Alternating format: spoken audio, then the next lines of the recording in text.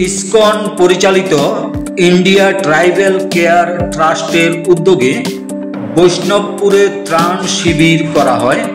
14 September বেলা 11:30 ঘটিকায় Sabroom office টিলায় ইন্ডিয়া ট্রাইবাল কেয়ার ট্রাস্টের সাবরুম শাখার পক্ষ থেকে সদ্গুণ মুকুন্দ দাস ত্রাণ শিবির বিষয়ে সাংবাদিকদের গোটা বিষয় তুলে ধরেন।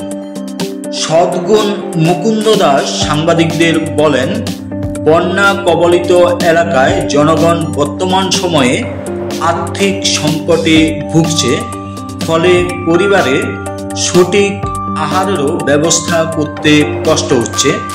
এই অবস্থায় বন্যায় ক্ষতিগ্রস্ত মানুষকে সাহায্য করতে সামান্য আহার সামগ্রী তুলে দেন ইসকন পরিচালিত India tribal care trust. 14 September সকাল 8 ঘটিকা থেকে বৈষ্ণবপুর কমিউনিটি হলের সামনে এক ত্রাণ শিবিরের মাধ্যমে জনগণের হাতে ত্রাণ সামগ্রী তুলে দেন।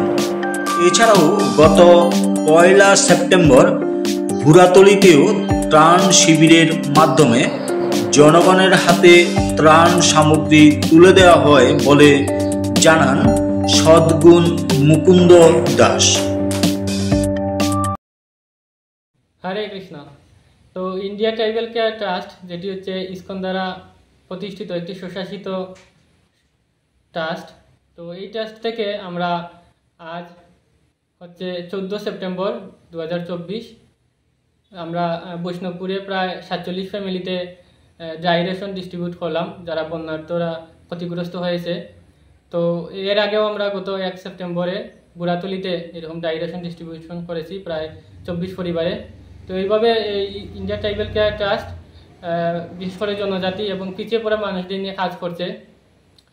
প্রশিক্ষণ, তারপর ফ্রি মেডিকেল ক্যাম্প এগুলো করছে। এছাড়াও লাস্ট আসামে যখন বন্যা হলো, বন্যা সেখানেও অনেক সাহায্যের হাত বাড়িয়ে দিয়েছে ইন্ডিয়া ট্রাইবাল কেয়ার ট্রাস্ট। তো আমাদের এই ত্রিপুরাতেও যারা বন্যা দুর্গত আছে, বিভিন্ন জায়গায় ত্রিপুরার ইসকনের পক্ষ থেকে এবং এই ট্রাস্টের পক্ষ থেকে বিভিন্ন কার্যক্রম পরিচালিত হচ্ছে, বিভিন্ন ত্রাণ বিতরণ। তো তারই ধারাবাহিকতায় আমরা এই সাবরুমে, বুড়াতলিতে এবং বৈষ্ণবপুরে ত্রাণ বিতরণ করলাম। ভবিষ্যতেও এই সাবরুমে এরকম কার্যক্রম অব্যাহত থাকবে। হরে কৃষ্ণ।